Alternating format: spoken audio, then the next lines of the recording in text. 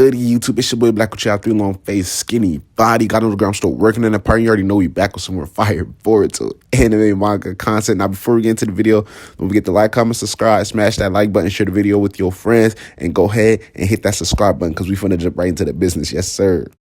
solemnly swear, from this moment forward, that I will never lose again. Until the day comes, I will never be defeated. これは楽しい狩りなんだよ。 Boruto episode 166, shit was flames, man. And not just like the episode itself, because hands down that shit was flames. It's just like so much potential that just stemmed from the episode. All this shit brewing. It's like Boruto's never really ended off an arc like this before, where the remnants of the last mission is still going to be lingering going on into the future heavily, because like this nigga Boruto got one of those eye-opening ass whoopings that damn near every anime character has to get before they really start getting serious in their show and shit, you feel me? So like Boruto got his ass whooped, and we looking at the next episode preview, just like, bro, them niggas in wheelchairs, they covered up in bandages, and in the next episode summary it says nigga Mitsuki had to go way over to Orochimaru to get treated. Like, these niggas got medically fucked up and they need some real medical attention. So it's really like, bro, first off, before I even get into anything, I gotta give my props to my guy Deepa, because he did not break a single sweat in this entire fight. And I ain't gonna lie, they could have did this with this nigga Urashiki. So they basically saying, right, this nigga Deepa would really just fuck this nigga Urashiki up any type of way. Rinnegan, no Rinnegan, 8 Rinnegan, 2 Rinnegan, it don't matter, because this nigga Deepa tanked like 3 Rasengans to the gut. He damn near stood in one spot and beat the entire Team 7, and damn near Konohamaru and Mujino if they would have stayed. But hey, my nigga Victor was handling things his way, all right?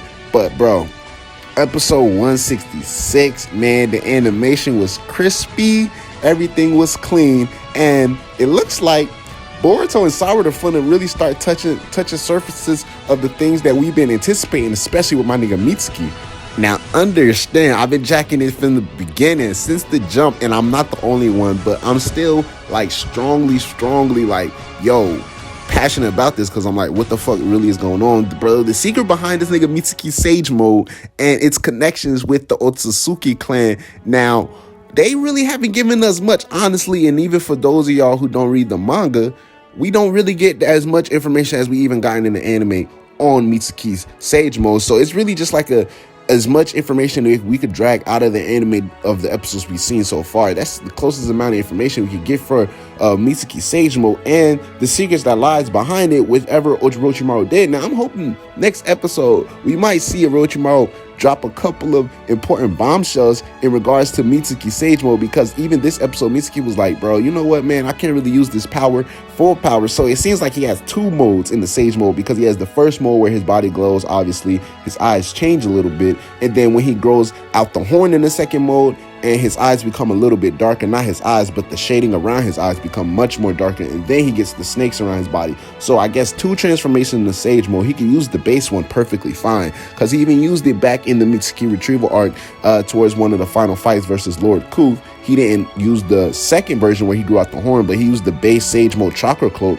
So it turns out he can probably most likely use that in a lot of scenarios. It just hasn't up until this point, but now this nigga went all out with the horn, and he really just saved everybody's life, because this nigga Deepa shows no regard. And I'm so flabbergasted by how the fact that they really killed off. I understand like it was kind of starting into a trend, but after the first 2 quadruplets, I thought they were at least gonna spare one, at least one. But after the second one survived, I'm like, oh, at least them 2 gonna make it out alive. This nigga Deepa killed them in the blink of an eye, and I was just so baffled by the turn of events that happened this episode. Now, it's clear that Deepa and this nigga Victor got the Hashirama cell that everybody was swirling around for this arc.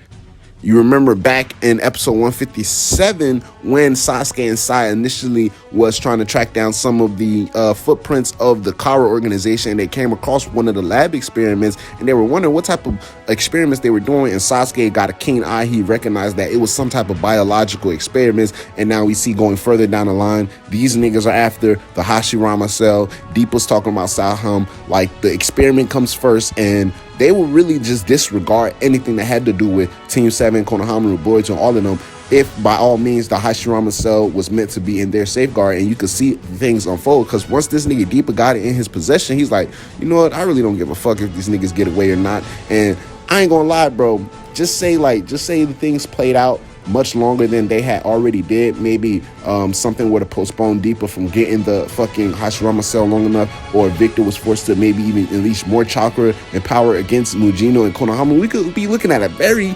very different situation here. But hey, man, episode 166 was lit. Episode 167, we got the training going down. So Boruto working with Kakashi on his Rasengan. I ain't gonna lie, I'm looking forward to that. Something, but like, I'm really looking forward to, bro.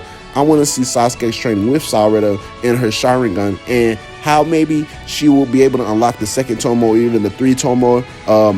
Most likely not next episode, but the potential and the growth with her use of the Sharingan. But bro, I'm trying to see some Orochimaru and Mitsuki screen time. I'm trying to get the lore of this nigga Sage Mode. And then obviously we're going to see like the aftermath of whatever this nigga Deepa and Victor got going down, and how it all ties into the Kara organization. But at the end of the day, episode 166 is 10 out of 10. And don't forget, episode 168, we have Mujino and Konohamaru pressing this nigga Victor once again. So they had their ass whooped. They was like, all right, you know what, fuck that, we finna come back for a rematch. But yo, man, I ain't gonna lie, bro. I already told y'all, and I'm gonna tell y'all again. The Kara arc is fucking lit. Hands down, the best original only Boruto fucking anime arc. I'd probably say the Noi arc is like a close second. But yo, man, it's your boy Black Chiate, long face, skinny body.